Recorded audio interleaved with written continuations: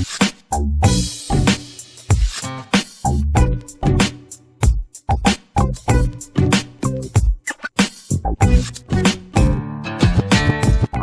right, welcome back. Chris Garlock here with Michael Redmond for our Sunday night Go-Palooza. I'm not sure that's a word, but good to have you all back with us. And Michael, good to see you. We, of course, have another classic game. More on that in just a second. But we got a bunch of news to catch up on.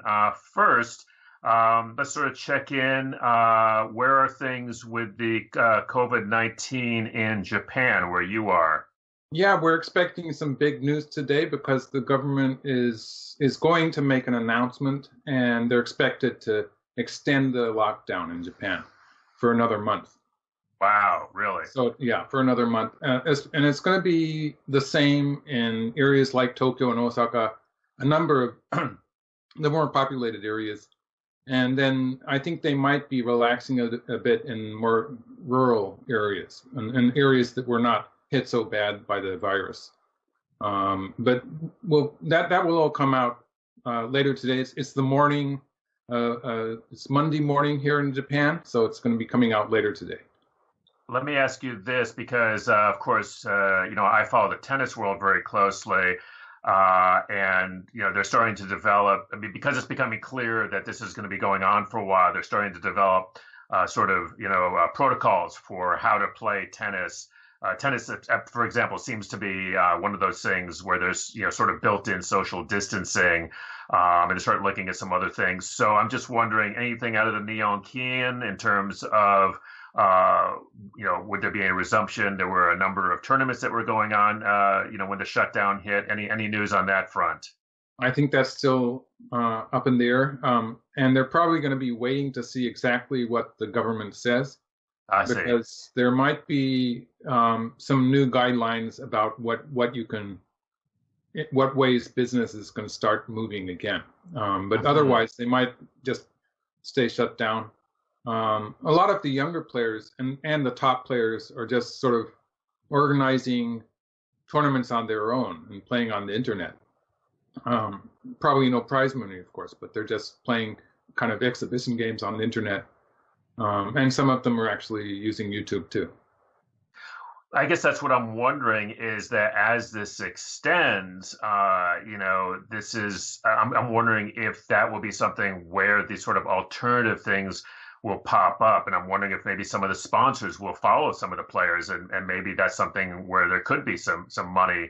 There's a real appetite for folks to watch. Well, the elimination of the LG Cup was held remotely, some of the games at least.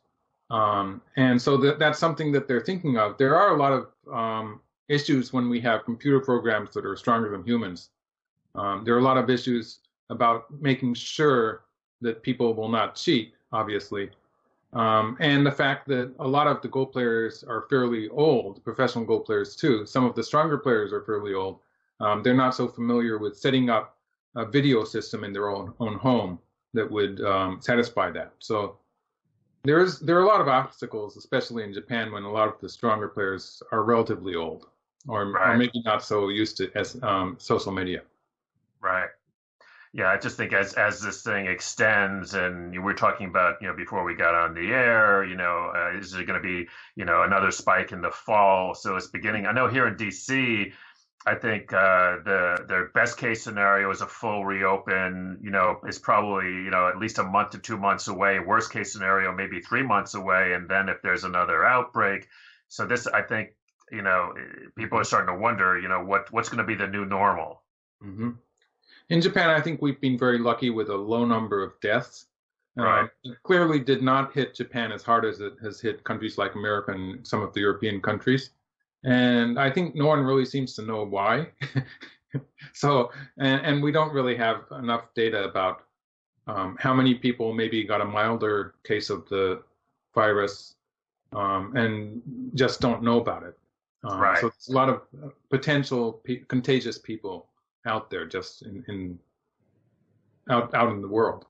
Yeah, and I think that's what has us all worried. Well, We are certainly very glad to see you healthy and hanging in there. And which brings me to point number two, which one of the unintended but bonus side effects of this whole thing has been, of course, you getting on YouTube and Twitter, and you having some time. And normally, you've got such a heavy schedule that this has just been way down on your list, and so we've been very excited to see you. And Stephen will put up the link to your YouTube channel. We've done that on at usgo.org, but you've been pretty prolific there, and this is your 1 month anniversary of launching Exactly. your YouTube channel. So how's it going? Yeah, my first video I uploaded, I disclosed it on April 5th, so it's exactly 4 weeks now. Yeah. And I knew it was going to be challenging, but I didn't realize that there would be so many things that you can do on YouTube, like all these various things that are supposed to help people find your channel and find your videos and stuff like that. And YouTube wants you to do them. And I had no idea that there were so many. It's a very steep learning curve, I think. Yes. It's demanding. YouTube is a demanding mistress, I have to say. I've had that experience as well, but the upside is you're getting lots of fans who are able to get more Michael, which is a good thing, and I think you're also getting some new fans as well, right? I think so, yeah. And the whole process is very exciting for me, and just learning all these new things. Good. Well, it's great to see you there, and congratulations. It's what I find with a lot of folks with any of these social media is that there's a bit of a it's a little too easy to get in, and then people have a hard time honestly maintaining it. So getting to the 1 month mark with as much as you've been putting up is a real milestone. So well done. Thank you. All right. Now you're going to tell me something about something called Golden Week in Japan, which you've probably told me about before, but Yes. I unfortunately have forgotten. So remind You've us. probably talked about it in one of these videos before, yeah. But it's actually the Japanese arrange their national holidays so that people can have a whole week off, a vacation of a whole week. So it's a kind of a special vacation that people have, which is actually it's actually a bit longer than a week because they managed to get the 5 weekdays and then the 2 weekends before and after. And a lot of these national holidays are just associated with some day of the week, and so they can make that. And sometimes, if they're lucky, they can add on an extra Monday or an extra Friday at the beginning or the end. So it's something like 9 to 11 days. Wow!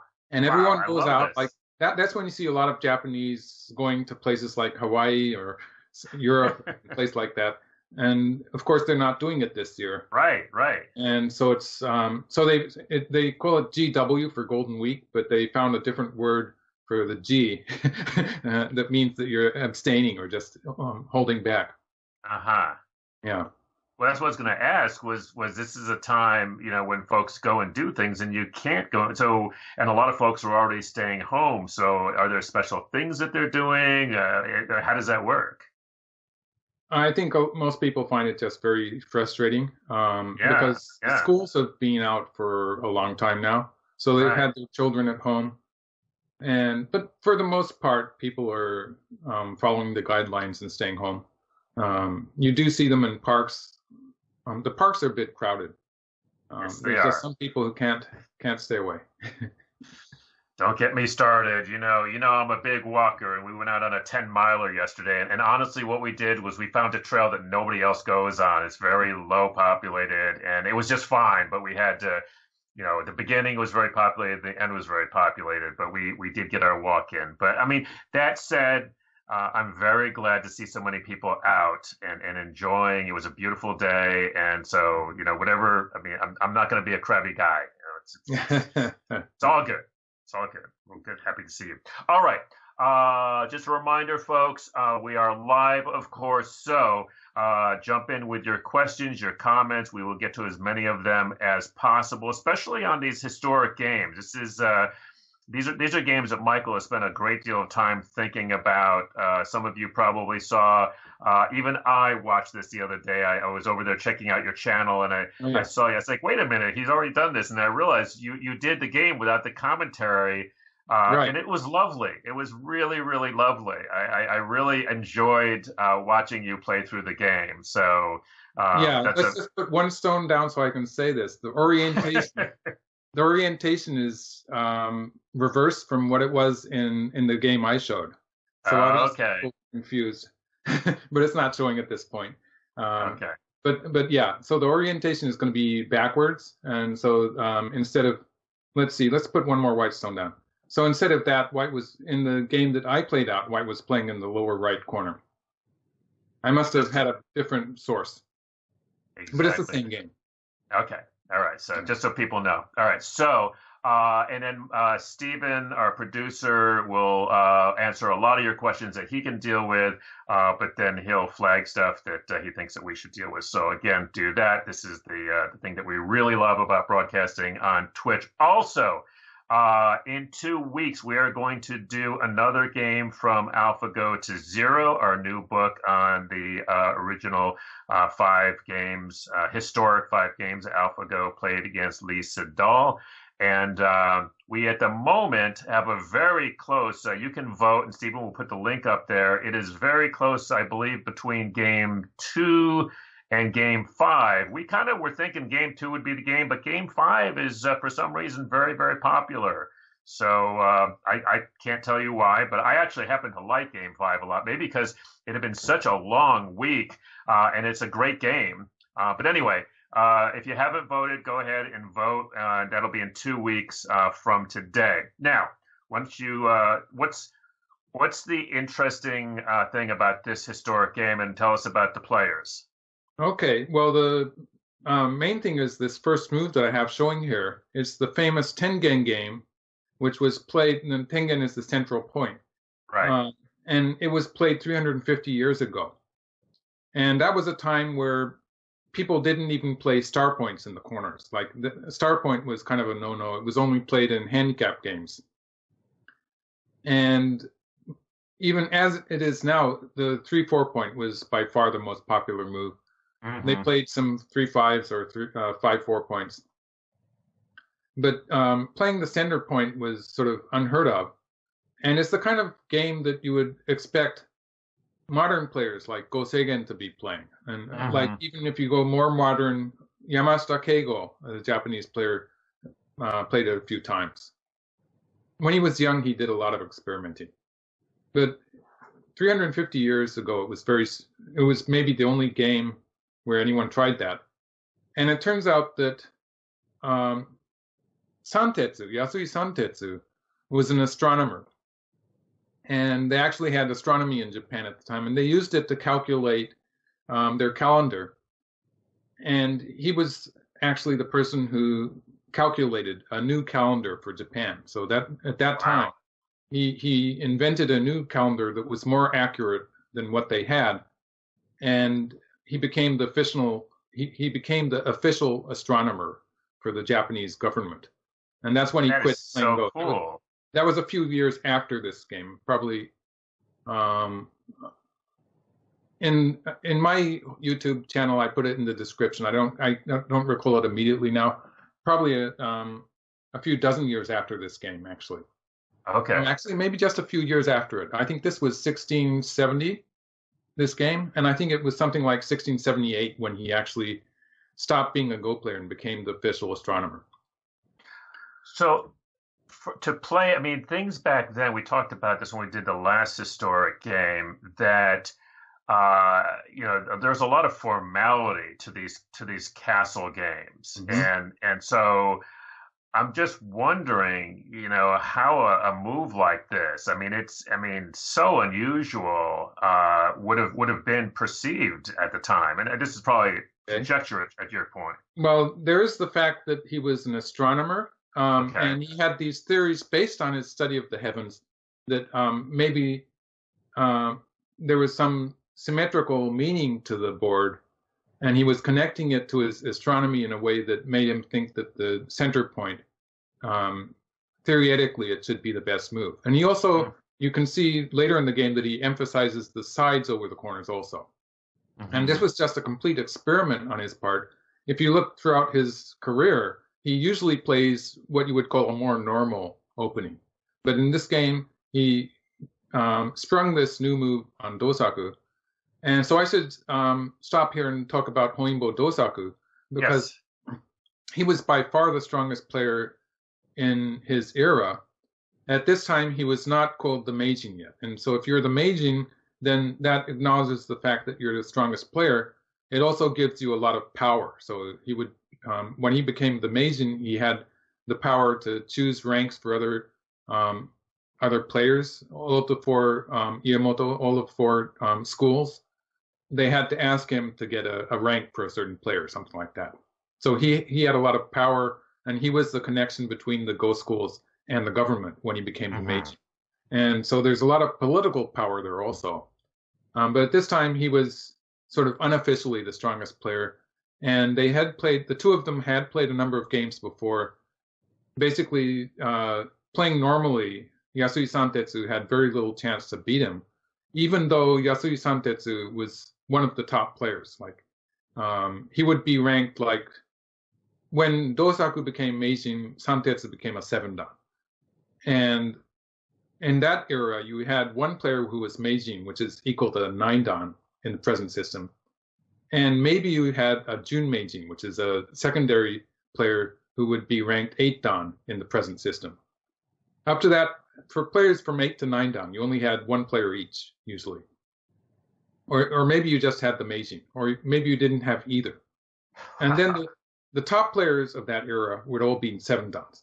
So the fact that Santetsu became a 7-dan, that's equivalent to more than a 9-dan in the present. Like the fact that he would be in the top 5 players means that you would be seeing him in title matches and stuff like that in a modern tournament system. And as you're sort of hinting at, there was a lot of politics. Even I mean, not to say that there's not politics today, but there's not really a professional system, certainly not as we know it, that existed back then, right? I would call it a professional system. It was not really. They didn't have tournaments apart from these castle games. Right. The castle games were very prestigious because if you had a good record in castle games, that would be enough evidence to make you promoted to a higher rank. It would be there would be a lot of pressure to promote you. And if the Meijin, a player who was hoping to become Meijin, lost a game in castle games, it would be a big deal, and it would probably stop, depending on his opponent, it would probably stop him from becoming the Meijin. So it was these were the equivalent of what we would call a tournament now. Obviously, there were no tournaments that had prize money, and most of the time the players were just studying among themselves, playing what we would call casual games. But the fact is, I would call them professionals because they were given a salary, a lump salary to each of the schools to keep for the living of the players, and they didn't have to do anything apart from playing Go. So they were 100% playing Go, and as a matter of fact, the level of Go playing escalated greatly during the Edo era, which was about almost 300 years long, I think. And they started from being probably about the same level of the top players of China, and they became very, very strong. So this is the first century of that, and Dosaku was the first brilliant player who really took Japanese Go theory forward very close. He made it very logical. He had a very logical opening theory, which he is remembered for. And also he was very good at the tactical fighting, which made him impossible to beat. So interesting point there, which is that and I think this is really important to underline, is that by basically guaranteeing income so that people could do this, as their living, which meant they could study and they could do it for the long term. And then you have that, huge, advancement, in the game. And I was just thinking about, a version of that is happening right now around the world as, governments are trying to deal with the fact that people are, having to either not work at all because of the dangers of the disease or to change the work significantly. And so there's something called a guaranteed annual income is something that is it's been brought up from time to time as I've a heard way that to deal idea. with. Yeah. Hmm. Yeah, but it's getting some more traction now because it's sort of being forced on us. So it'll be very interesting to see where that goes. But I think that what happened with the Go players is a really good example of something good that can happen when you say to folks, "Yeah, we're going to give you a certain amount of money." And I don't think it was a princely sum, right? I mean, these folks were not living high on the hog. No, I don't think so. Yeah, I think that people can be productive even if they don't have to do it for a living. I think that's true. It'd be interesting to see how it turns out. All right. So with that, that's the history lesson for today, folks. We will get to the game, and there's the first move. I love it. Very Yeah. symmetrical. So my final point would be that I think this was actually, it was partly an experiment, and it was also an attempt to disturb, you might say, Dosaku, and try to find a different pattern that would be difficult for him to handle. So it was kind of a surprise weapon also. Let's see how it works. And he follows with this move on the side. And this is where he, in combination with the Tengen, he's thinking that the side move is important too. And there's some reason to that, in that he's trying to put pressure on white in the upper left corner. That move that's on the E17 point. A 5-3 point is relatively difficult for white to make a living shape when black dives into the corner. So, for instance, in this position, it would be better for that white stone to be on the 3-4 point, probably. Maybe either one. Either one of these 2, 3, 4 points would be better for white to immediately be able to make a living shape. So he's planning to attack there. And this is also part of the theory that Santetsu brought to this game. It was part of his study. And I think at the time he is quoted to have said that this center point play, that he was pretty confident that he was going to win, actually. He thought this surprise opening would maybe beat Dosaku, and he made a promise that he would never play it again if he lost the game. I like so it. You have this one game.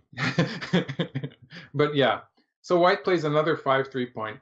This is sort of interesting because locally I would not choose a 5-3 point in the upper right corner. Yeah.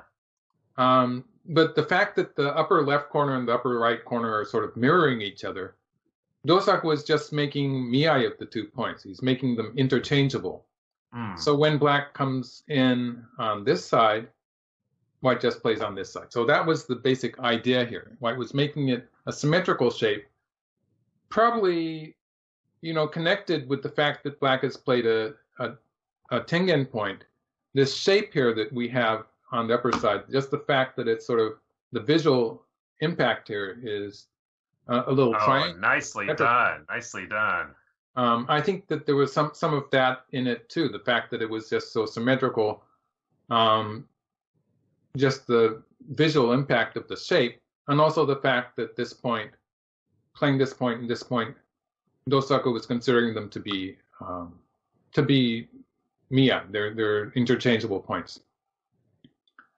So this is how the game continued, and this is where Santetsu differs from what I would expect, because just to show you the game move. Oh, why don't I ask you where you would play? Oh yeah, obviously this is a position where black has a lot of choices, but this is where I didn't expect the move that Santetsu chose to play. So where would you play in this opening? I mean, the lower left. I mean, there's 2 obvious places. You can close the lower right with a shimari, or you can do something in the lower left. It seems to me those are the hot, what you call the hot spots. Looking at AlphaGo, and remind me, because I have a question about AlphaGo in relation to this, but where I guess the lower left is kind of calling out to me as a hotter spot. Right. Well, yes. I think in this game, once black has played this one stone in the center of the board, black really wants to make use of it. Yes. And in order to make use of it, it's going to be very powerful if the players get into a running fight that is coming out into the center. Yeah. So black really wants to try to start attacking. So actually, the move that was played was another side move, which was completely off the map for me. And as you were saying, wow.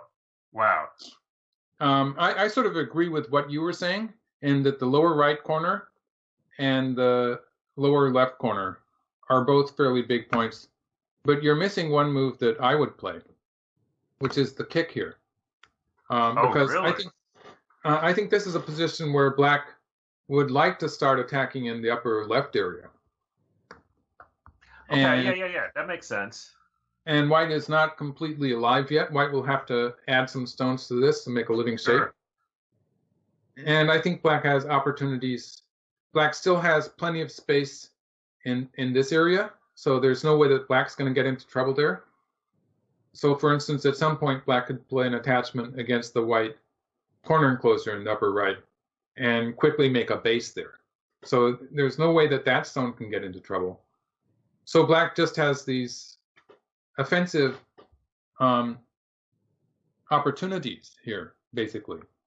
And I think that this is where I would be thinking of playing, just to continue attacking here. Yeah, no, that makes a lot of sense. That makes a whole lot of sense.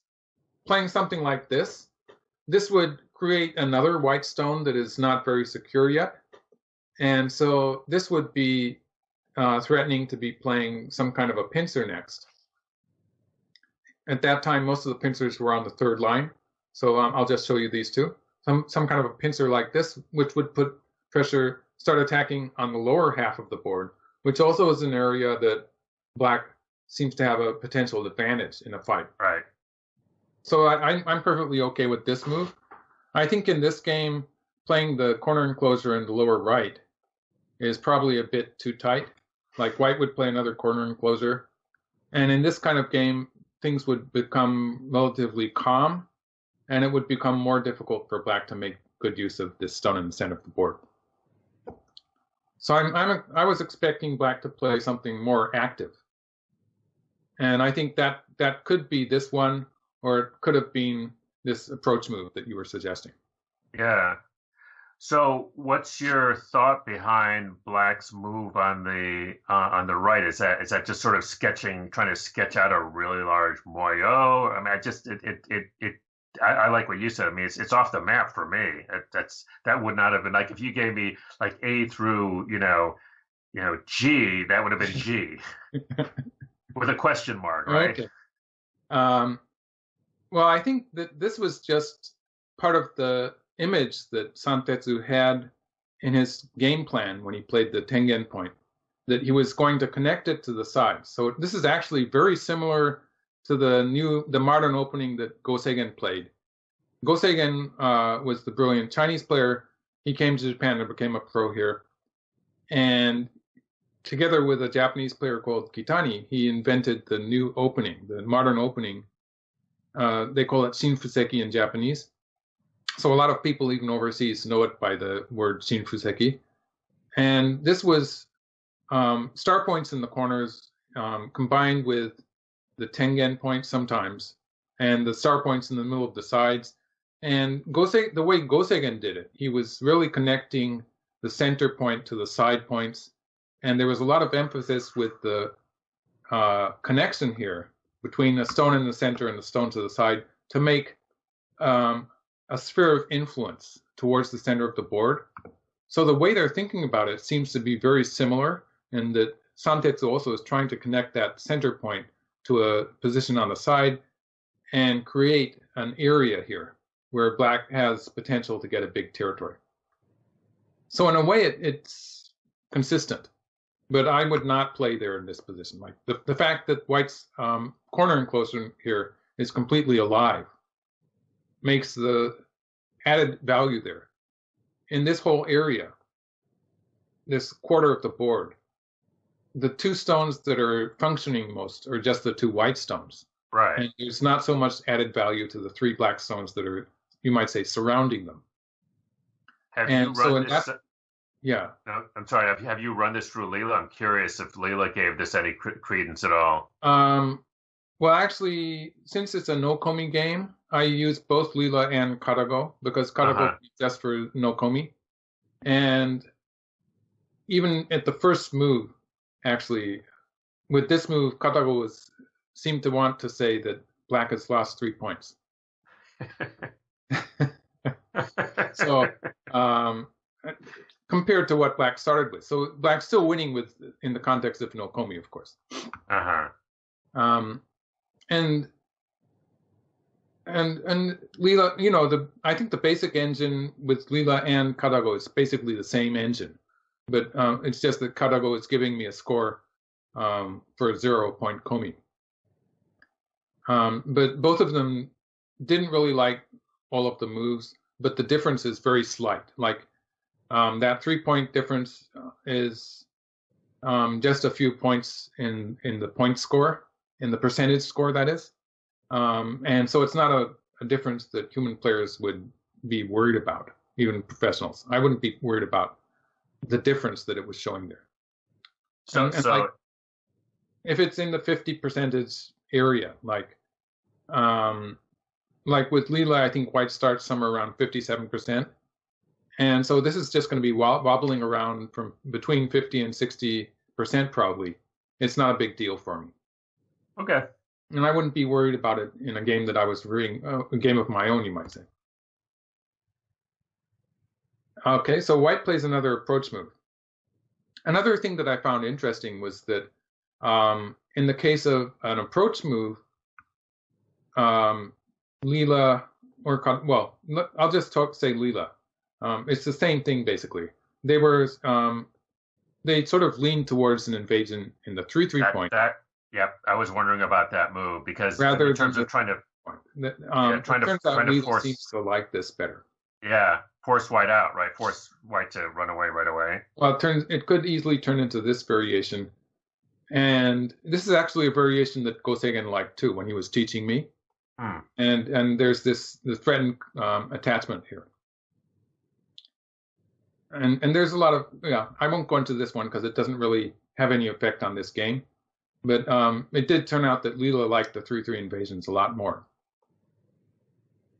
Well, as you said a little while ago, you've got that nice stone right on the Tengen there to help you out. So ladder break, yeah, always. So White plays this. And this is another point where you probably know the move that Leela would suggest.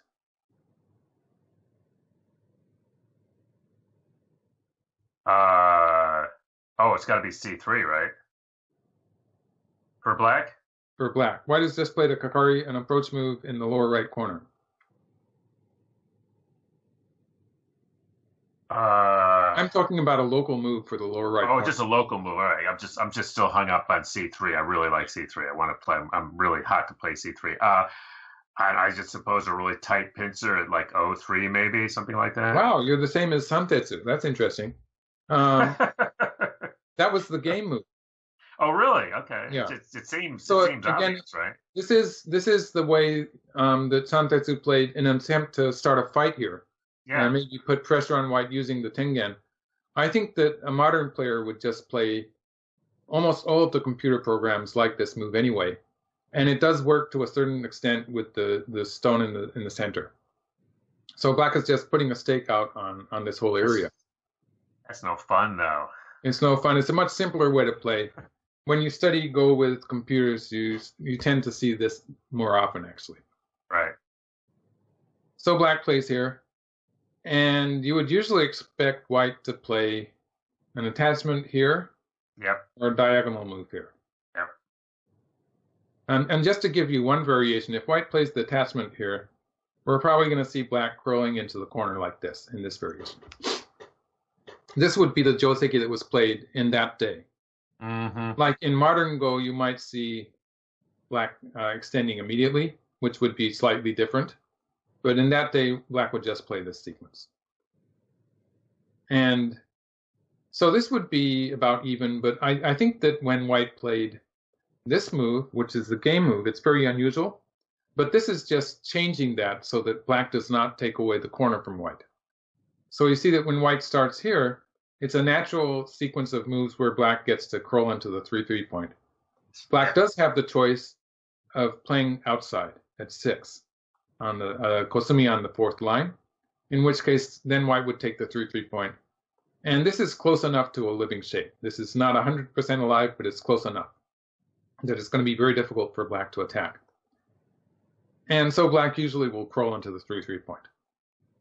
In the game, white starts with this in an attempt to avoid that scenario. So this is what happened in the game. Black played here, and we can see black is sort of trying to revert to that variation, but in this case, white is getting the corner point. So that's a variation of the original. The original Joseki was white playing here, and at a certain point in that era, this move started coming up as a way to get the 3-3 point for white. It was an innovation, you might say. Yeah, it's a very odd-looking move. And black would always play here, and we would get into this variation, which was the way they played it at the time. I was very interested to see what Leela had to say about that, because Leela was telling black to play here. Yep. And extending just once.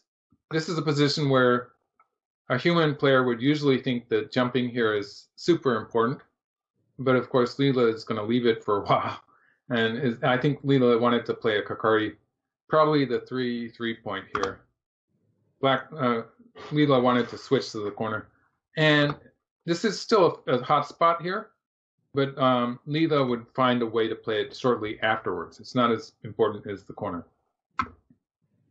And so this is an interesting way for black to change the pace and get this area after all, get a stake on that area at least.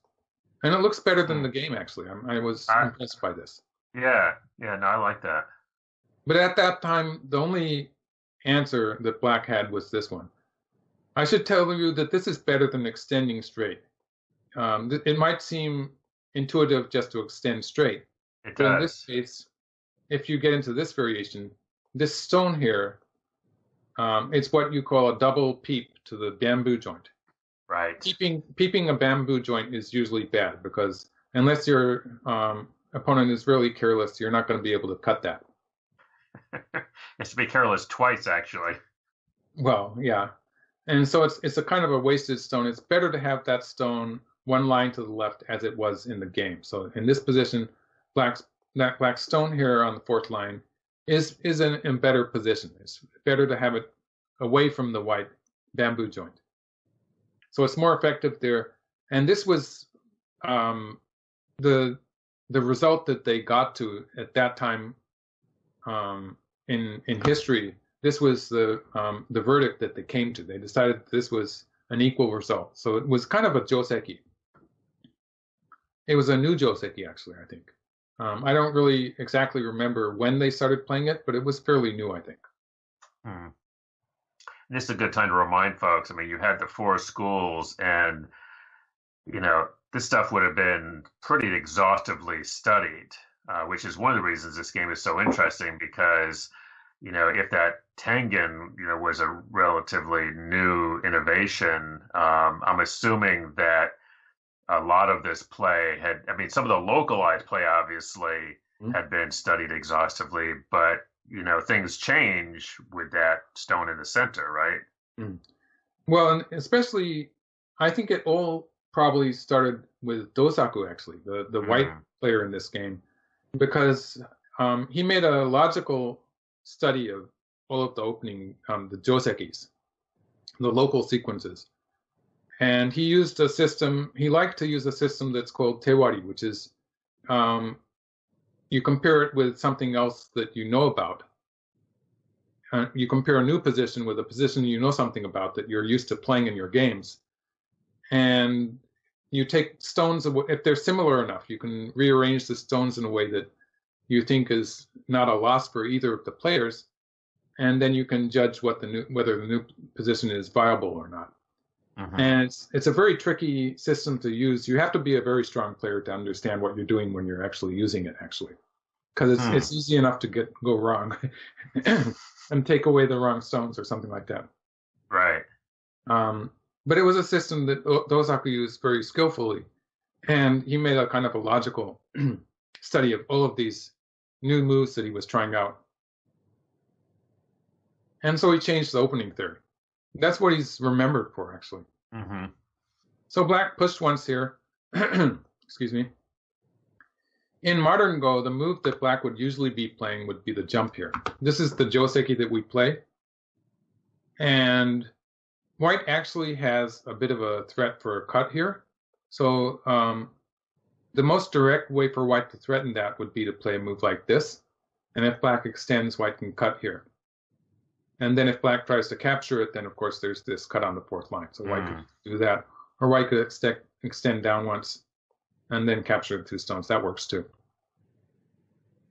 Either way is good for white. Yeah, black looks a little cramped, right? Well, in this case, black would not be trying to capture it, of course, but would play underneath, which is okay for white, I suppose. Also, white would be able to capture the 1 stone, and otherwise, white could improve that by playing an attachment here, which is more fun. Whoa! And in this case, if black extends here, then you can see that the right side is going to get into trouble. So if black plays on the other side, then white can play here. And in this case, black is not going, like in the other case, you saw that black was extending out into the center, getting a very good position on this side, a very nice little wall here. Mm-hmm. And so in this variation, white is avoiding that by starting with this stone. White is curled around on top of black. Black's not going to get such a good position. Mm. So if black curls around here, it's going to be the same story on the right side, only white's going to have that much more room. So this would be slightly better for white. So that's the idea. This is what you would usually see in a modern game. You would start with this move, the jump here. Sorry, this move. And if white plays here, you would usually see black play here and then protect on the right. And so this would be the modern joseki, and then white could connect here, and white would be out in the center and would be starting to think of maybe pincering these black stones next, starting a fight on the lower side. So black would probably protect something on the lower side. But instead of playing that, they just didn't have that joseki at the time, and black pushed here. Which it works to a certain extent, actually. It's thick, right? It's a nice thick move. Yeah, black is just the fact that black has a wide extension here. It means that black wanted to reinforce it and took a very direct way to reinforce the connection here. But we're going to be seeing later that there are some problems with that. So black plays an extension on the lower side, and white gets the shimari. You can see that when white, in a game with Komi, we would already say that white is getting 2 shimaris like this. It's going to slow the pace of the game. It's going to make it a calmer game. So in a Komi game with Komi, white would already be happy. Of course, with no Komi, I think black still has a lead at this point. But let me ask you this. Do you feel like black is really using that center stone yet? Because I don't see it. Well, I would be thinking that black still has a chance to use it in the upper left quarter of the board. I see. Yeah, with your sequence, I see, yeah. And so I would still think that black has potential there. So black plays another extension. Can I ask you though? So does that mean, like, instead of this extension, would you have initiated your sequence with starting with the kick at D17? Yes, definitely so. I would have started with that, the kick, and probably continued here. And you can see black. It's not as if white's going to get into trouble, but then black could play another move. Actually, the next move black plays on the side is a bit more difficult. Black might play here, and white would probably play something on the side. With white already having this corner enclosure here, and you should remember the missing stone would have been this marked stone on the third line, in which case it would have been a lot better for black. Black would be invading at that point, for instance.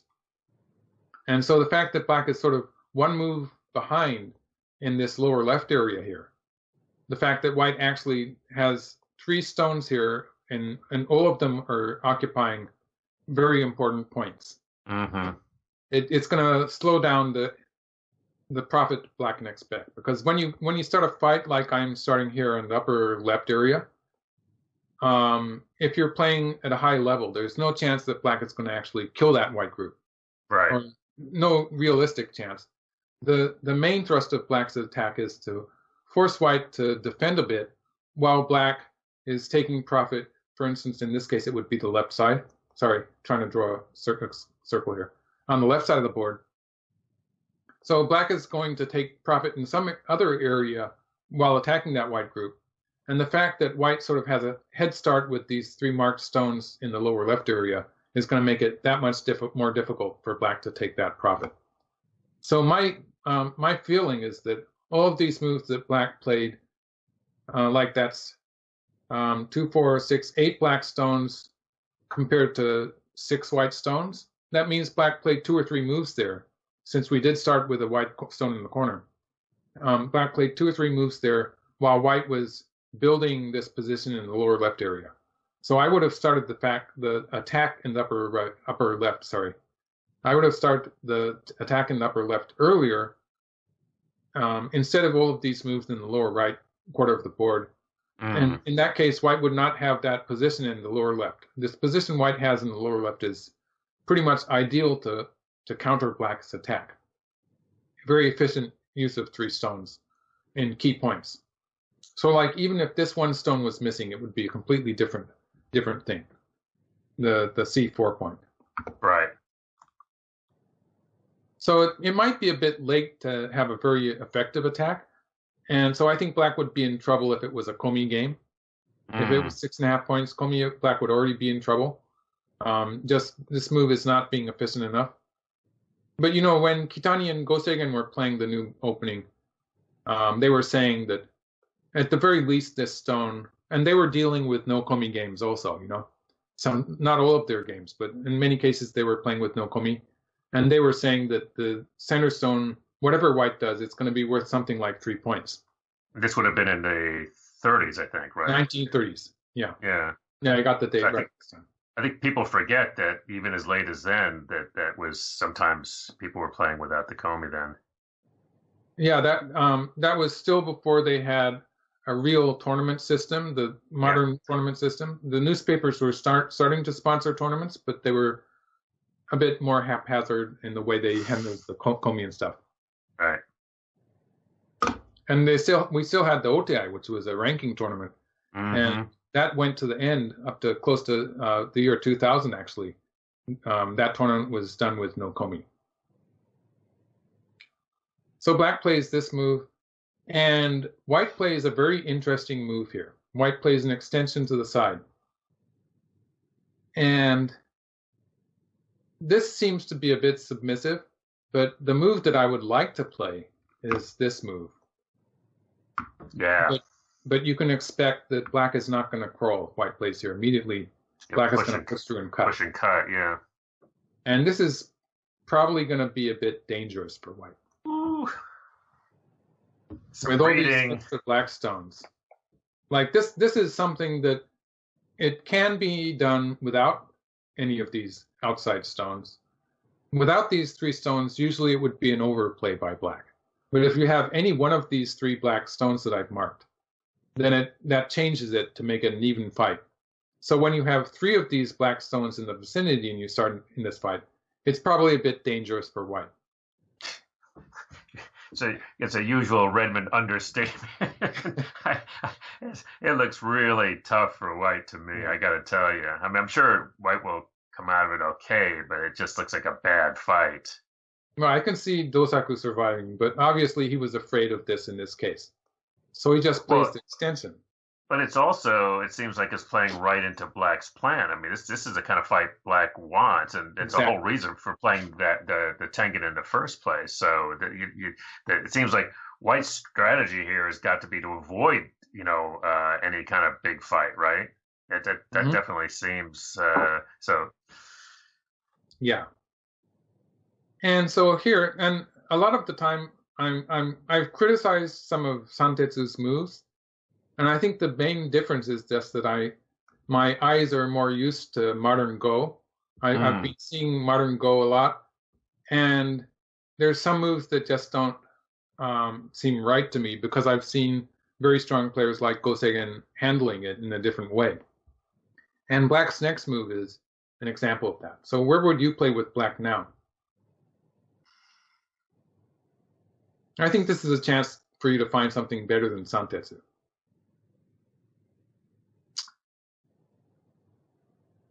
I'm going to punt on that for just a second and dangle a piece of string for you because we have a good question which goes back to the R10 extension. And meanwhile, people can think about what Michael asked me because I actually don't have a good idea. see if anybody can come up with something. But this is from Primero Vital, something like that. In the future, is going to be more stones in the area. Is it okay to think that that's a bit over concentrated? The R10 extension, the R10. It's not over concentrated, no. Right. Right. It's a pretty. It looks like it's a pretty good distance from the black position in the corner. So that it's a 3-space extension. The fact that white has fairly solid groups on both sides, like this group in the corner is pretty much alive, and this group in the upper right corner, that's a solid territory also. It means that black also wants to be relatively solid. So like having that stone further away, somewhere around here, white would have no problem invading. Because if white invaded inside a black position there, that invasion stone would be the only weak stone for white. And the fact that white would have no other weak stones to deal with would make it that much easier. So here's what my crowd sources come up with, all of which I thought about, but I wasn't necessarily happy with them. Some of them want to kick your kick there, which I think maybe is too late for that. Some folks want to jump. I'm assuming they're jumping from the K17, although I could be wrong. This is the one I like best. I don't know if it's right, but I think some folks are suggesting a shoulder hit, by which I assume they're talking about something like either F16 or G16. I'm just guessing there. And somebody's got something like that. Oh, somebody's got 017, which normally I would dismiss, but I don't know. Maybe that's playable. Actually, those are pretty interesting. Yeah, good ideas, guys. Let's see what the master says. Well, the move that I was thinking of was the kick still. So I would still sit here and You're stuck on the kick. I'm stuck on the kick. And the point is that in this position, the marked black stone, this is a move that black could play afterwards. It would still be a good move, even if you started with this position here. The large knight's move there that I've marked, it's still a good position. It's a good point that black could play as the next move. So it's a reasonable, that stone is in a reasonable point. And so it still looks very nice. And black still does have this move to look at later. And actually, the person who suggested 017, for me, I would say that 017 is something I would be playing next. For instance, if white started to have some potential to attack that black stone on the upper side, this would be a great way for black to settle that stone. So like if something like this happened, then black could just play here. And black would have no trouble settling that group. And in fact, in this case, black would start having ideas of playing an attachment here to cut, sort of cut white. And so 07, this is how I would use the move at 017. I wouldn't be playing it immediately, but I would allow white to attack first, and then it would be perfect. That's nice. Yeah. That's a good sequence. Now, playing here is a really interesting idea, playing a shoulder hit, something like this. I think some of the people might have been suggesting this one, and it doesn't really function so well in this board position. It's a move that computer programs really like to play sometimes. But in this position, when there's not really going to be very much happening in this general area, it's really hard to see what black's going to try to do with that shoulder hit. And actually, in a position that I was just showing, like this one, it's probably much more effective to use the attachment to settle black's shape. So I'm sort of doubtful of the shoulder hit here, but this one actually is a very interesting move, which is going to work to a certain degree. Like, so this is going to happen, but white gets to curl around once, and then white will crawl into the corner. It's probably a bit weak in territory. Right. It's the fact that it's just allowing white into the corner like that. It would be a very natural sequence, but when we finish the sequence, we sort of wish that this marked black stone on the left side is a bit further away. This is a case where the stone would be a bit over concentrated, and black would be wishing that it was somewhere around. It could be this far away and still work. Right. Which actually somebody else had asked about a probe at I think like C5, which I wonder if they're getting at that idea of setting that up. But I think that's a C5 attachment just as a probe. But C5 is a good move locally. Locally, yeah. It might be a bit early to play it. Right. Good. Lots of good ideas, folks. Keep them C5 coming. is a move that Leela would like, I think. Yeah. I think Leela would give that a fairly good score. Yeah. So this move was sort of orthodox. Yeah. But looking at it from my perspective, after seeing, I have centuries of professional games to look at. I think that allows me to see that this is a mediocre move, really. I think this is the difference between players like Dosaku and a player like Yasui came up in this position where black is playing a move that it's not really having a big effect on white's corner enclosure here. Right. I should tell you, actually, at some point, I actually think it was in that lower right where we were looking at moves. I realized that at a certain point in my studies, and probably because people like you kept telling me to do it, I studied a bunch of these old professional games, and of course forgot them. But as we're going through them, I think I have some sort of, because the way that I was studying, this was back, the way that you study is you just play through the game over and over and over again. And in fact, I think I was flashing on that when I was looking at the game that you played out for us on your channel. Mm-hmm. And so it's occurring to me that there are two things, one good and one maybe not so good. And I just wanted to run this by you.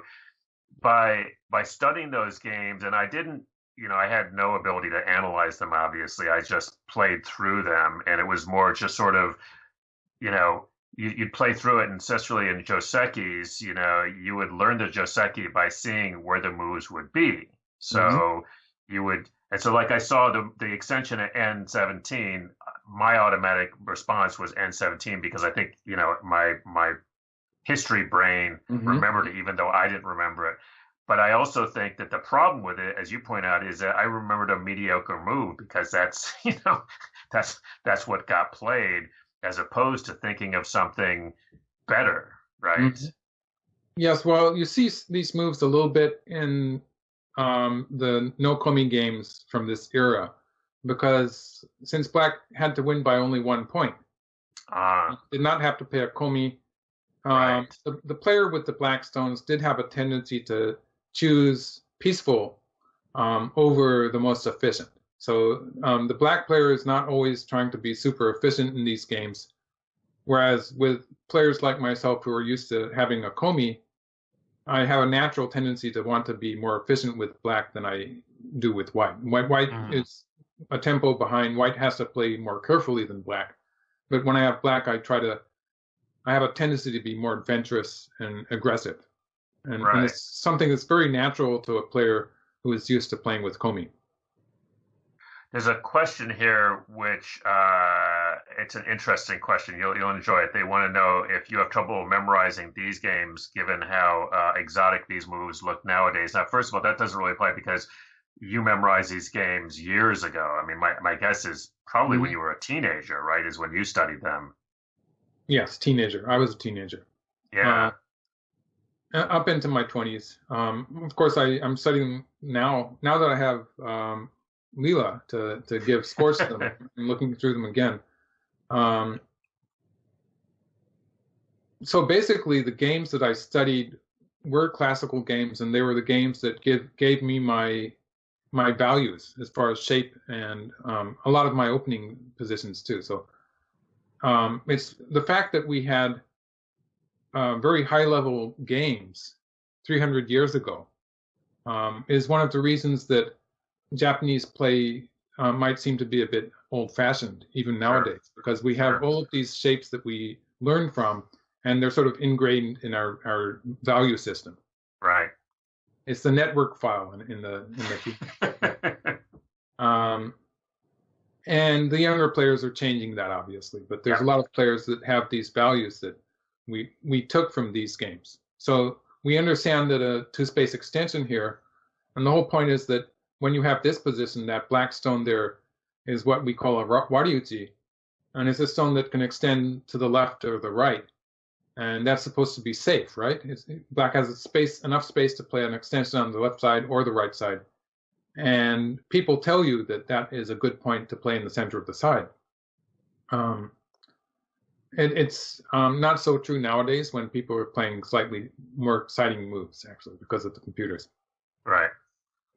And so it's a very natural move to want to play this extension.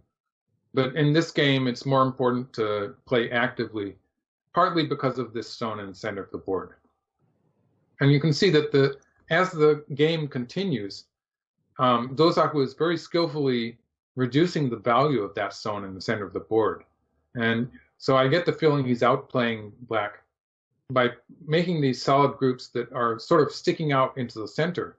It's becoming very difficult for this stone in the center of the board to have much value. But black is playing fairly orthodox moves after playing this move in the center of the board. It doesn't really match with these moves that black is playing on the third line. Right. And I only know that because I'm 300 years after this guy, I think. I've seen a lot of things that he did. It does give you a bit of an advantage, doesn't it? Yeah. And so now white presses here. So I think that the moment white gets to play this, now obviously if black pushed through and cut, it's just a one move difference that's going to make a huge difference to the fight in the corner. This is going to make it so much easier for white. Just having this extra stone here, which was traded with this black stone that does not have an immediate effect on the fight. That exchange there is going to make this fight so much easier for white. Whether white plays this way or whether white plays the slide in the corner, either way, it's going to be just that much easier for white to play this fight. So white doesn't have to worry about the black pushing through and cutting here so much. And in the game, actually, black rolled. The moment white gets this exchange in, it looks like white has caught up with the lack of Komi at this point. And I actually looked at it with Katago, this position, and it was very close. Katago was calling it to be very close on the board, too. So already the game is, you could say white is sort of caught up to the lack of Komi, and it's a very close game. Well, I mean, obviously I can't calculate that, but I'm just looking at that white has no problems. Right. White has nothing of white's can be attacked. And black has no huge, or even decent size moyo shaping up that I can see. So that, I mean, from a strategic point in terms of the Tengen, I'm just not, again, and you said this just a little while ago, I mean, the Tengen's just not working. Right. And so like the intuitive grasp that I had before I studied with computer programs was telling me that white has just completely outplayed black. Yeah. And it's amazing that white is playing simple seeming moves and just taking the important points quicker than black did. Yeah. And black has not really played any moves that are bad locally. It's just that in the context of the whole board position, they were a bit slack. And so like, I think the first time I looked at this game, it looked like white was just clobbering black and white was always already going to win.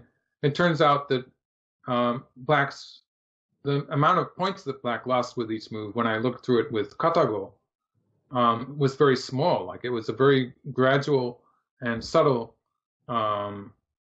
difference with each, what I would call a mistake, in which black was maybe only losing 1 or 2 points and with each mistake, and it just gradually became closer.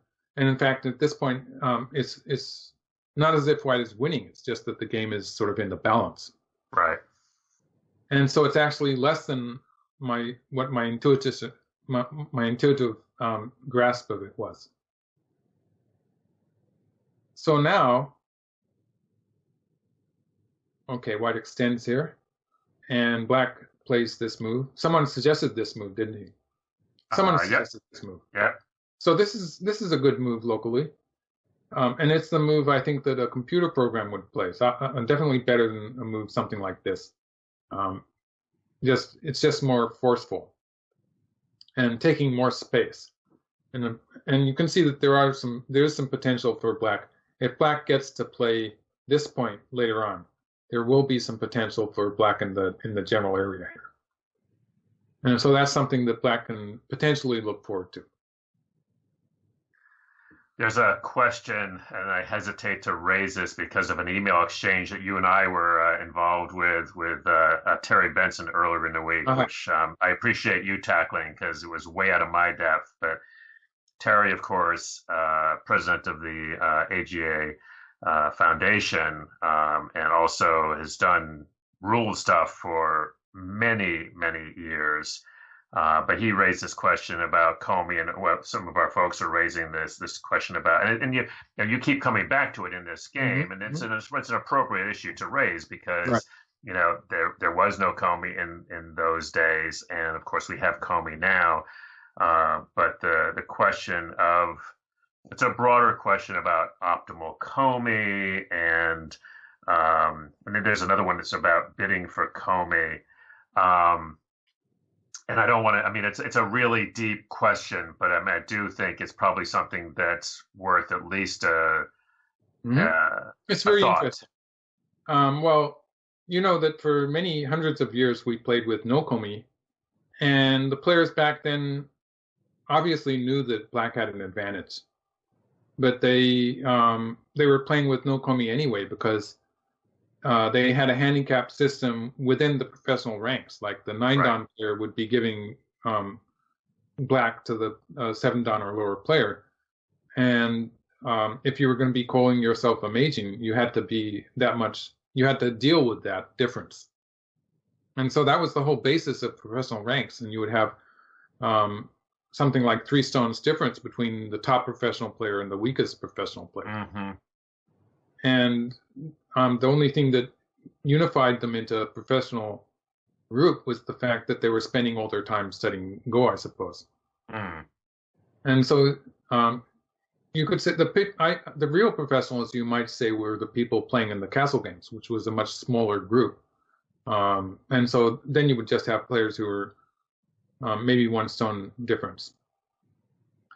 But the ideal Komi is still very much up in the air because while Leela gives white a 57% winning, something like that, winning percentage, and black has only something like 43%, that changes every time you update the network file, very slightly, but it does change.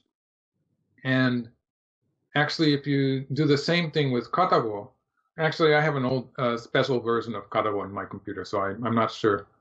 Yeah, I'm pretty sure that Katago gives a good winning percentage to black most of the time. And so the computers themselves will, and that's with 7.5 point Komi. So the computers themselves will differ. And so even at the level of computer programs, which are strong, that can consistently beat top professionals, it's they're just basically, you could say they're guessing as far as to who's going to win from the opening position. And so we don't really have any data that we can trust. Even when we use computer programs, I don't say that the Katago program gives you a point score, which is easy for humans to understand, but I don't trust it to the extent that I would use it to judge the size of Komi. Right. It's pretty I can trust it later in the game when I can actually check it myself. But I think in the opening, it's just a kind of a guess. And the fact that different programs will give you different winning percentages with the same position. It just sort of demonstrates the fact that they don't know. And the computer program, the system devised by DeepMind, was not devised to solve the game. And I think that's the basic difference. It's not devised to solve the game. It's just devised to find good moves and winning moves, moves that are good enough. And so it's not going to give us an answer in that respect. Right. And I think the other thing that, I mean, there's so many variables, and especially the minute, and those of you that have watched this series, we've done, the AlphaGo self-played series, we've done, the human games, and so here we are looking at a classic game. There are lots and lots of variables. And so, it's not an obvious answer, which of course is why people love to talk about it so much. Mm-hmm. So anyway, hope that's been useful, folks. Lots more to talk about. I'm sure it'll continue to come up. But anyway, back to this sequence. Yes. Here.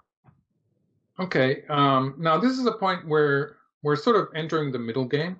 Mm-hmm. And I think if white extends here, which is a very natural move, I think this is a point where Santetsu might have been thinking of speeding up a little bit and maybe playing an attachment here. Sure. And then here starting to attack white in the lower right area.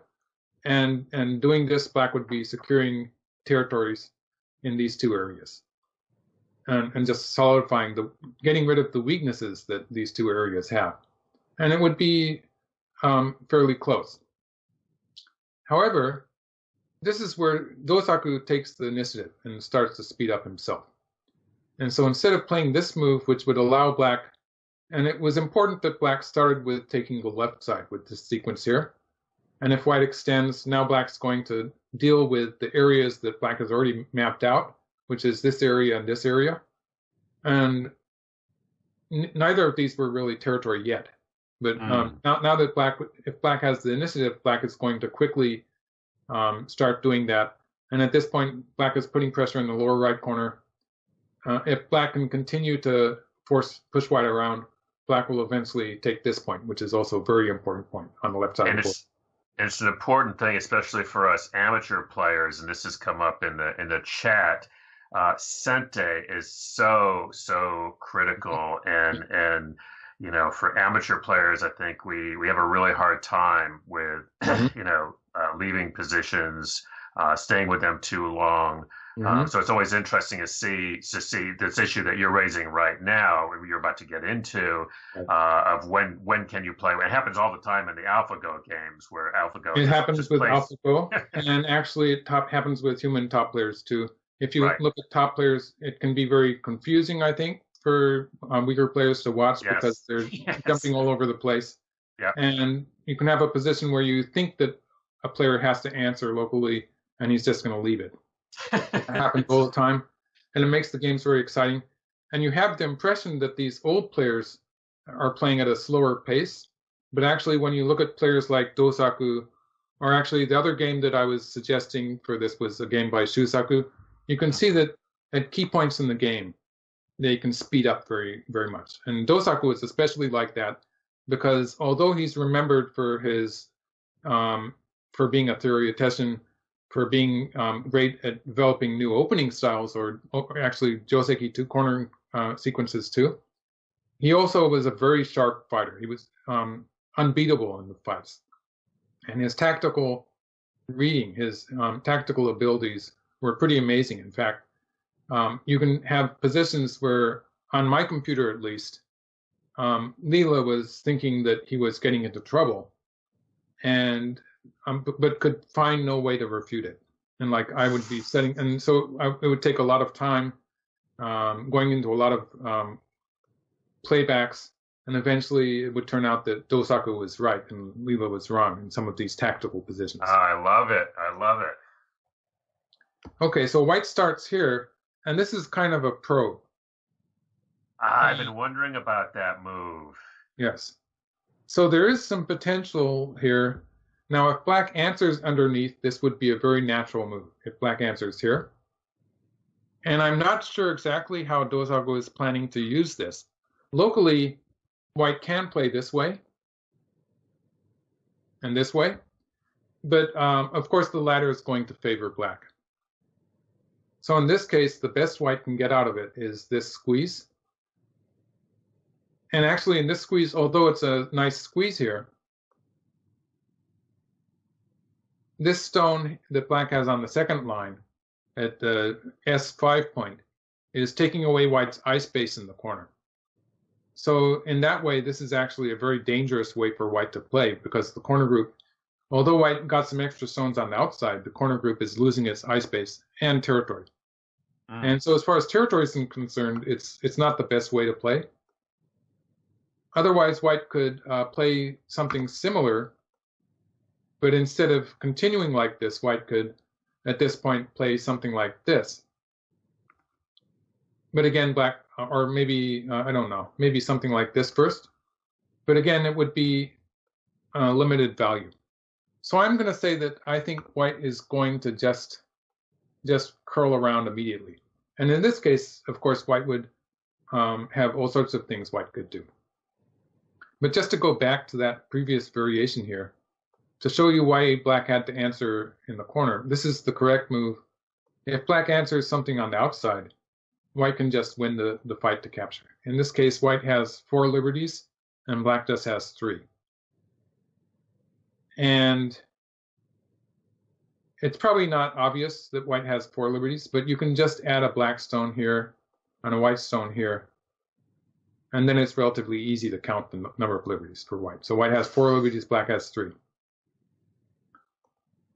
And that exchange was probably a bit good for black, but anyway. So if black plays here, I'm expecting white's just going to curl around, threatening to play here. And if black answers with something like this, and then white can invade. This is the real threat, and it's either this move or one to the right at M3, one of these two.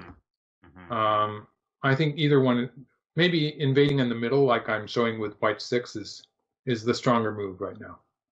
But this is what white is hoping to do, and the point is that it's a lot better for white to have this stone on the 6th line at 06 to make it work better. Because if white invaded immediately, that would make the game much more sharp. Like if white invaded here, black would play something like this. And there is a problem that this group that white has here is not 100% alive. And so it would make the game much more dangerous. So white's preparing once, expecting black to play here, and then white's probably just going to curl around. And this is forcing. Like white's next move can be, if black plays something on the lower side, white's next move could be the cut, or it could be this hane here. Either way, it's going to be bad for black. Yeah, it's just bad. Like there's a number of ways white can use this, but white could squeeze, and white's still winning this fight in the corner. So this is obviously terrible. Oh God, a disaster. Yeah, our shape is just so ugly. So this is where Santetsu starts to try to use the stone in the center of the board by fighting strongly, and I agree with this. Yes. So this is a very strong move. It does include the fact that, like, for instance, just to give you a hypothetical position here, this group in the corner, it's going to be alive if white plays first. But if we just assume that black plays a number of moves to surround it,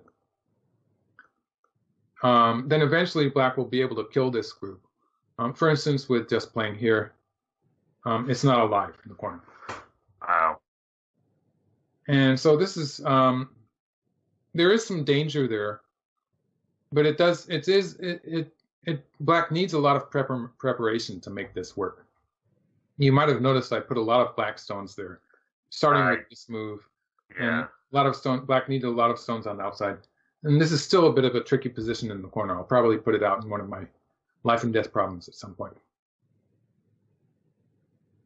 So white to live. Yeah. So white continues here. So this is one of the two shapes that white could have used. I'm not sure which is better. And black plays here. And black extended here. And white covered. So actually black probably should have played the attachment here. Mm-hmm. And if white covers here, black can wedge. Yeah. Oh, that And works. the point That's is that if nice. white covers here, white has 2 cutting points. So in this case, white's going to switch to the corner and capture these stones, but black is going to have a very nice position on the outside. So I think this would have been better for black. Mm-hmm. But in the game, black extends here. This is a very natural move. But also, when white plays here, you have to notice that next, if white plays down on the second line here, that is going to be threatening the cut here. That's right. Yep. As well as threatening the cut here. Yeah, black's position has gotten thin all of a sudden. So this extension down on the second line has potential to become a double threat here. So black handles that by kicking once. That makes sense to me. And starts pushing in the center. And it turns out in this fight, it looks like black is going to be able to make use of the Tengen stone. Yeah. But the fact that this group is also relatively weak. Black has not added very many stones to it yet. The fact that this group is still a bit weak is going to make it difficult for black to continue the attack. So this is a crucial point in the game, and it turns out it might have been better if black had played this way. Fascinating. I'll give you another variation for this. If white, I showed you white coming on this side, and black gets the outside strength in this position. This is a trade that could have happened. Otherwise, white could wedge here, in which case black gets the territory. And white is going to take a position on the outside. But you can see it's not the most beautiful shape that white has. It's a kind of a clunky shape there. And white still has to deal with this black stone on the outside somehow. So this would be a better result for black, I think. Black plays here. This is the shape move. It's the natural move. But it doesn't quite work. Like if black is going to push through here, it's going to backfire because black's weak on the other side. Oh, geez. Ouch. So black doesn't have that option. Like usually you would think that black could just push through there. But it's not going to work because of this weak group on the other side. So black covers here. And you can see black sort of hurting white towards the center. But as white continues to extend, the group in the lower right, this black group, is getting into trouble. Black is just too busy suddenly. So black plays this exchange, and now basically black has 2 points that black needs to play, because if black plays here, then white's going to take this point, and this is with this forcing move here, threatening to cut black. It's going to be a bit tight. It's not as if the black group is. I'm not sure the black group is going to die, but it is going to be struggling a little bit. And we have to remember that white will also has this forcing move. It's going to be difficult for black to keep things together. So in the game, black played on this side.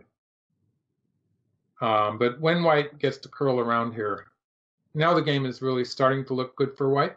Mm-hmm.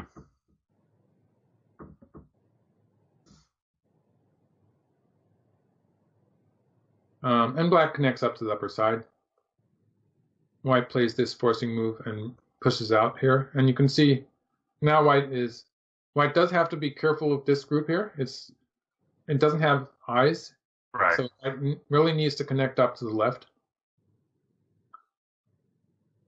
And in the process, white is putting a little bit of pressure on the black group. And the balance of that is really, it's really beautiful the way Dosaku does it. He's threatening the black group, threatening moves like this next to cut black off.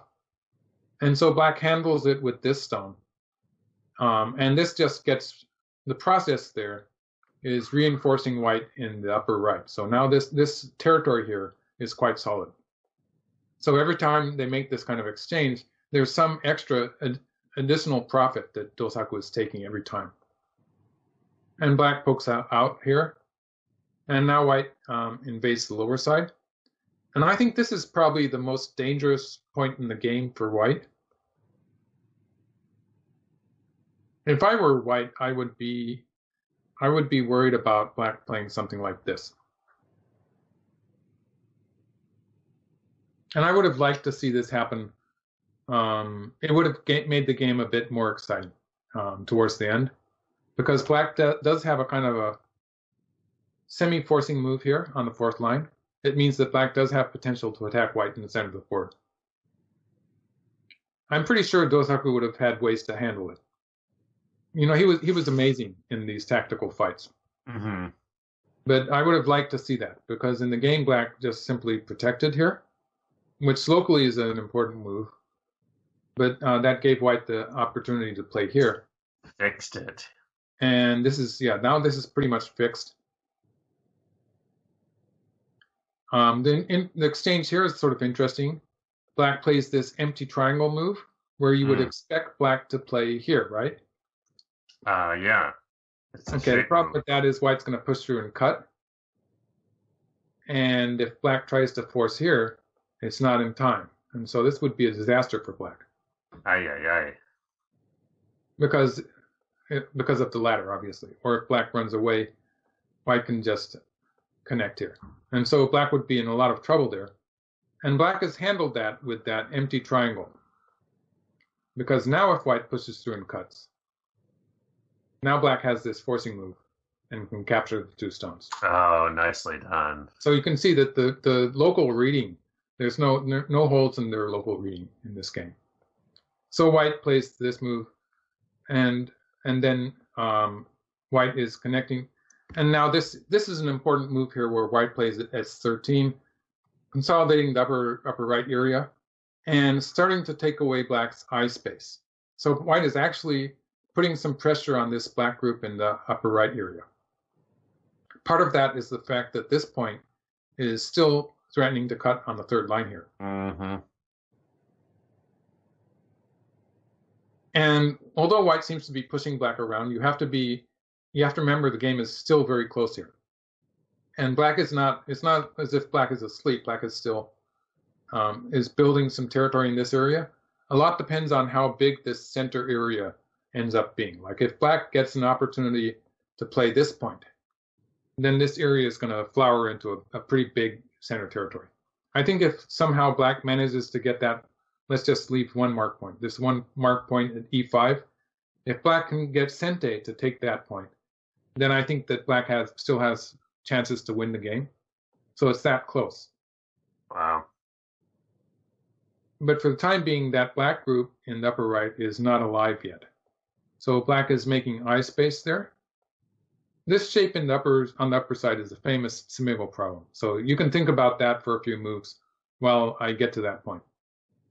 Because of the placement of M18. M18, black connects, and what does white do? No, I'm just saying what the point for folks that are watching is that, you have to worry about the placement. The placement in M18, and then there's the Semigo move that white has to use to follow it up after black connects on the third line. So it's the next move that is the real answer. So now white has connected this group here. White has connected this group to the left side. And black has to do something about eyes. So black plays this move, and then here. So this is a move with which black is threatening to play here next. If black plays here next, black will have two eyes. Nice. And so, in the game, white curls around. And this is going to create a forcing move here. So that's annoying. Yeah. And because of that, now black does not have an eye in the center. So that's right. So even if black plays here, white can play. If black plays at P12, white can play at O13 to take away that eye. But oh man! But in return, black has a potential eye. If black plays at S9, black will get an eye there. So you see that, right? If black plays at S9, black will have the forcing move at T9 to make an eye there. So black now has an extra eye there. Maybe I should do that with moves. You should show because because it looks. So if black plays here, assuming black's group is not alive, black can make an eye here on the right side. Because if white plays here, then black can connect underneath. There you go. Yeah. So there's that eye there. And this whole sequence obviously was Dosaku had this read out for something like the last 20 moves, because the whole sequence here that was played, all these stones in the upper left area and the upper side of the board, they all make sense. There's a continuing dialogue here in which both players are trying to get Sente, and white is just not allowing that to happen. So this move that white plays on the right side is taking away that eye that black was threatening to make. If white had simply played away, black would have cut here. And this folks were just wondering about that. So but white cannot play away yet. But white fixes that by playing this move, which takes away the eye, the local eye here. And it leaves the connection underneath. Gotcha. Okay, so this was a clever way. Like it's not such a difficult move, but the fact that white was heading towards this for something like 20 moves, and that this was something that he had prepared. It's not as if it's suddenly some aha, I have a good move now. It's not as if he just suddenly realized it. It's something that had to be prepared in order for this whole sequence to work. Right. And also, folks have to remember that this is not actually just about life and death. It's about points. It's about taking Sente. Yeah. More than anything else. Because if black gets to play this point, then I think black would actually have an advantage in this game position. Well, show folks that, because when you look at all the territory that gets generated when black plays there. Well, on the center of the board, it's hard to show that. But like if white played some normal move like this, then obviously white would be connected in the center, but black would continue here. And like white might play here, you'd still have black doing stuff like this. You might remember there was a sequence like this in the game between Lee Sedol. This was game number 5, actually. I'm giving a review of game 5. And black does have this whole area here, which is still very fuzzy, but there's good potential that a lot of it could become territory. So like just to make a bit of a longer sequence, like if we had something like this happen, you can see a lot of the center is going to be black's territory. Wow. So this would potentially be a win for black, I think. Yeah, I think that black has potential to win in this case.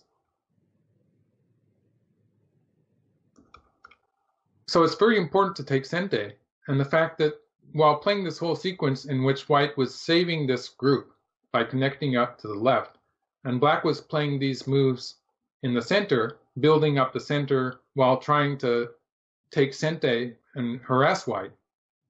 In this whole exchange there, white was heading towards this final move at T10, which white had prepared, and everything makes sense in that context. Without that, it would not make so much sense.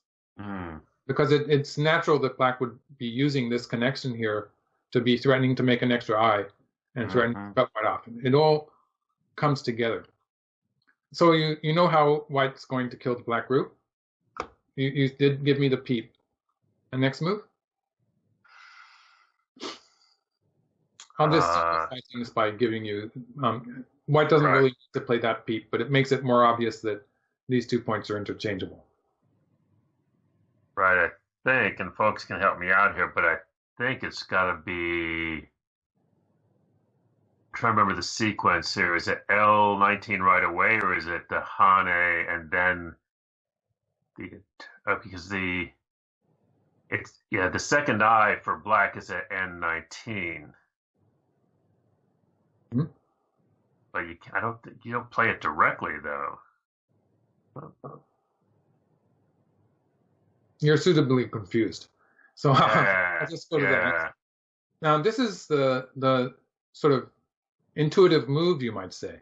It's the move that's but the problem with this is black plays this point, white plays here. It's very important that black just simply connects on the outside. And we have this shape that is hard to understand, but basically these 2 points are interchangeable, and it's a seki. Nice. White plays the other way, black plays the other way. It's just the same thing. It's very dangerous for black to try to play that exchange earlier because white can play it here, and then it's going to be a dead shape because this case Yep. like that. So it's very important for black to keep the border line at that point. So that's a point where black could make a mistake. White's mistake was this move here at N19. White does have to start with this move. That one. Okay, that was my instinctive was to do that because it has to be responded to. It has to be responded to. And this is a big eye, but it's... There you go. That's a big eye. Yep. Like if white filled all of those points, then there would be too many liberties. This would be too big. It would be a 6-stone shape. So that would be... If you look at this, it looks like it's too much space. But actually, when white does play a move, at this point, white is threatening to make an eye. And so if white were to fill all of these outside liberties, then at some point white would be threatening to make it an eye against no eye, and black would not be able to do anything. So you can assume that eventually black, if we just look at it locally, black's going to be forced to play this Atari, and we get the 5 stones, Nakade. The 5 stones. Death so in the Nakade. Dead shape. It's a shape where, like I told you, it's bad for white to fill first, but if white does start with this move, expanding, threatening to make an eye, then it's going to force black to play that Atari, and it's going to be and that one works. Also, playing on the other side similarly works. It's the same thing. So it's a 5-stone Nakade. Right. Very cool. And so black ended up having to play a stone inside, and this was making just an extra eye at this point, so that worked. Slightly better than protecting on the upper side because black is reducing white's territory here by 1 or 2 points. And white got to this point. So after white plays this after white plays this move, Dosaku is taking control, and he's several points ahead. And actually, I should take that a few moves ahead. He plays this exchange just to get some extra potential towards the center. And basically the point is that if white connects at this point, black will have issues with the group on the lower side. Oh, wow. So white's sort of adding some potential there, but it's not so serious about that. It's more important that white just is, and see, white is not actually going to try to do that because the problem with connecting here is that black gets this squeeze on this side. And so it's not going to be that easy to make it work. And it's much more efficient for white to take this big endgame point and just threaten to be playing that move. So that's how you like this because it's got great endgame. Yeah, it's got a great endgame. And so we continue here. And there's a very important point in the center of the board that Dosaku is sort of steering the game towards. So it's this one. Oh. But just to finish the game, they did play to the end, but there's a sequence in the upper left area for black. And so what's the Tetsuji for black in the upper left area for the endgame sequence? We'll make that a final problem. I haven't read it out yet, but I'm looking at F18. F18 is a bit too adventurous. Too much. But D18 looks fairly straightforward. Is that D18 is straightforward. It's not the Tetsuji though.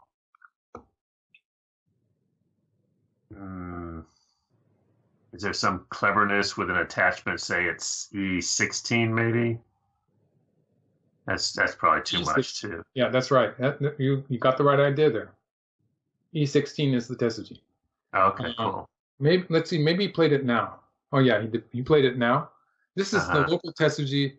It always happens in that Joseki where white has pressed on the 5-5 point. Quite often you see this Tetsuji coming into play. It's a shortage of liberties problem. It's a sort of liberties problem. White's going to answer. We're in the game variation, so it's going to be we're going to have the correct sequence here coming out. Black cuts, White's next move is important. How would you handle this? It turns out black is threatening. If white plays something on the side, black is going to be able to capture these white stones. Yeah, it's such a lovely move. It's so Well, white cool. has to capture that black stone. I know, but he's good. But if he allows the Atari at E18, this is bad. It's painful, but that's the point. That's the reason that was a good move for black. I guess you just have to go ahead and what's the most efficient thing to do? I mean, instinctively, you just want to play F16 and have done with it. But that can you do? I assume that white can do better, right? It's good that you're looking for something better. If white plays here, black cuts, and white would probably say white connects here. Then black would get this forcing move too. Ugh, that would annoying. be actually. It looks like it's maybe 1 or 2 points. It's actually a lot more because it's going to change. It's going to change stuff that happens in the center. So this could be actually several points difference. In the game, white actually plays here. This is much better. Yeah. Momentarily, it looks a bit dangerous, but actually all black can do is cut here. And now black does not have that extra forcing move here. That's cool. If black tries to extend here, black is just short 1 liberty, whatever black does. Like nothing's happening here. Black is losing by 1 move on all sides. Like white would just connect in the center, but even if white plays something like this, black is going to lose the race to capture, whether black for the center. That's some sharp reading right there. Yeah, well, elementary for players of this level, but I should point out that the fact that the players have this all prepared, it's something that they're just playing because they sorted out while they were making these shapes. It was all in the calculation to start with, which makes it so special. But it's also, if you go back to the attachment, right? An amateur player can find the attachment, and one of the good things about it is that it's kind of low risk for black, and white has a number of ways to screw it up. Some of them fairly disastrous. Mm-hmm. Yes, exactly. So if you just do the straightforward D18 for black, I mean, it doesn't. It would not be nearly as good. Like this would be a normal way to play the endgame, but white would play here. And it's actually gote. It would be gote. At a bad time to have gote, yeah. And the center of the board is still fairly big in this position, so yeah, it would be a bad time. It's important that black took Sente and played up to this point, played 1 cut, and then black had to go back to this was an important point. Black had to go back.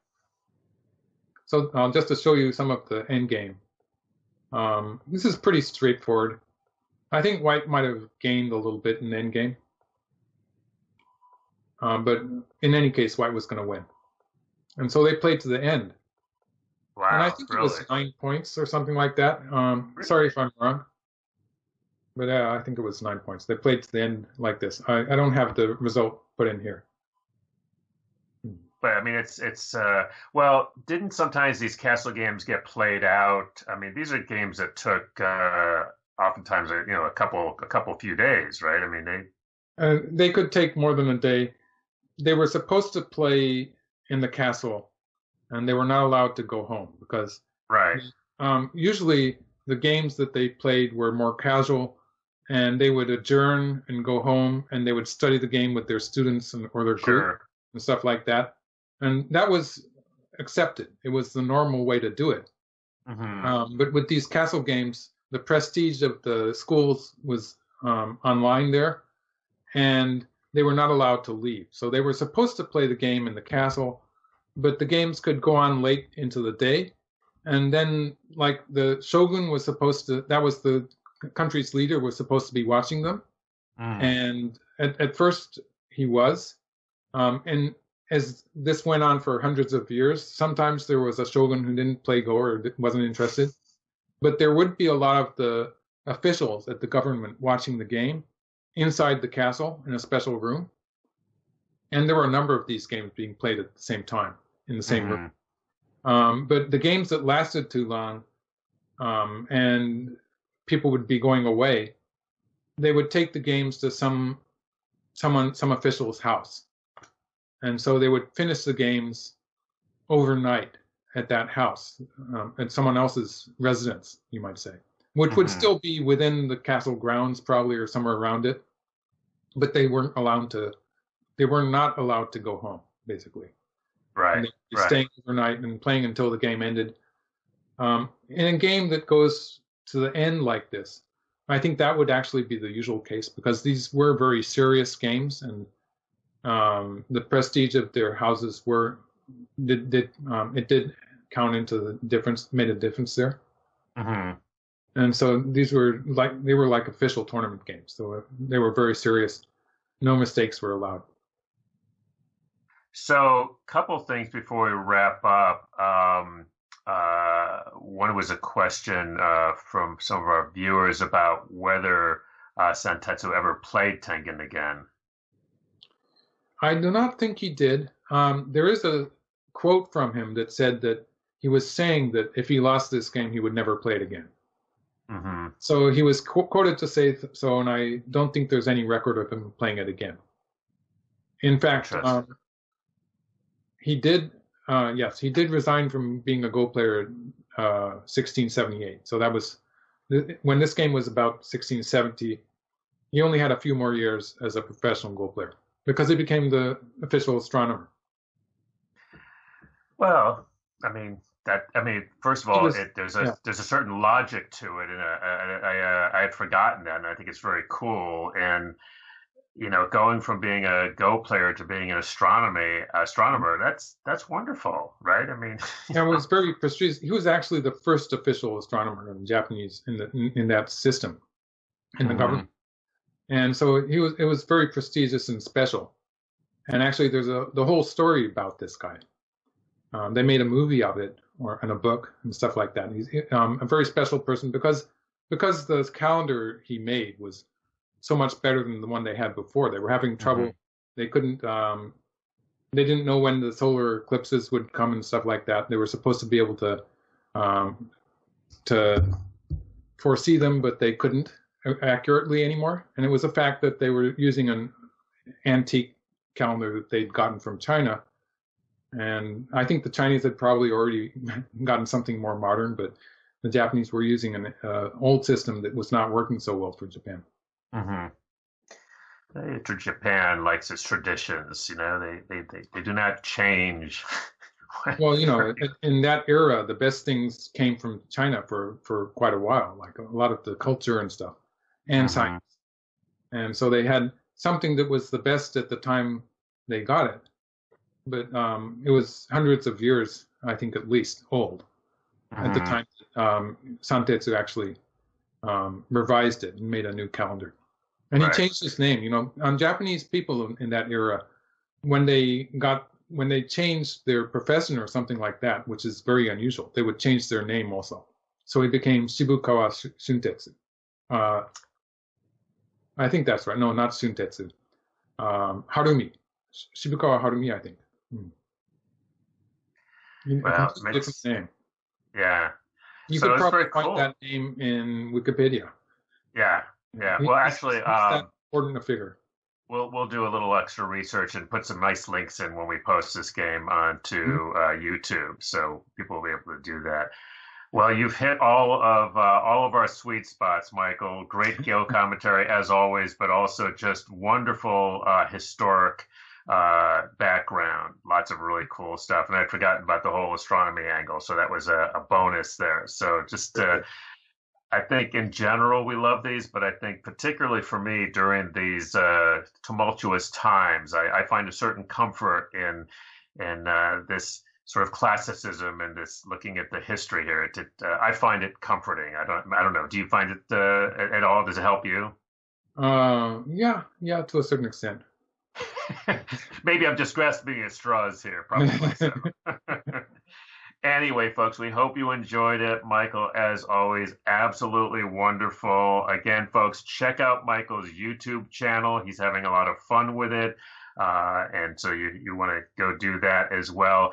And again, make sure in 2 weeks we'll be doing another AlphaGo Lisa Doll game, and this is your chance to weigh in. I'll have to check in and see how the votes are going, but we'll leave that up there for another week or two. Get the votes in. We will, of course, be back next Sunday at the same time. I think we're doing one of your games. Do you want to tell us a little bit about that one? I forget That's a which game one I it played is. last year. I'm, with all the tournaments stopped, I'm sort of running out of games, but I did find a pretty good game from last year, which I thought I had done for you. I must have prepared it, but maybe didn't do it. A very Okay. exciting game where a whole bunch of my stones are going to get killed. Oh, something to look It's going to be forward to. exciting. By the way, if we run out of your games, I have a theory, but we'll talk about that next time. So not to worry. Got plenty more there. And again, a huge thanks, as always, to all of the members of the American Go Association out there. You can check it out at usgo.org, find out all the great things that you get. Also, we've gotten some very nice contributions. I know Stephen was putting up the link for that. Some of you have been very, very generous, and I want to thank you on behalf of the Go Association for those. They go to help make sure the stream happens, and Go Education, and lots of really good things. And we must, of course, thank Stephen who is our absolutely able and wonderful producer, gets up early to make sure that we can get on the air online and bring these games to you. So, and with that, we can't thank you enough, Michael. I know you put many hours into preparing these, and they're always wonderful and lots of fun. So we will see you all next week. Until then, be careful out there.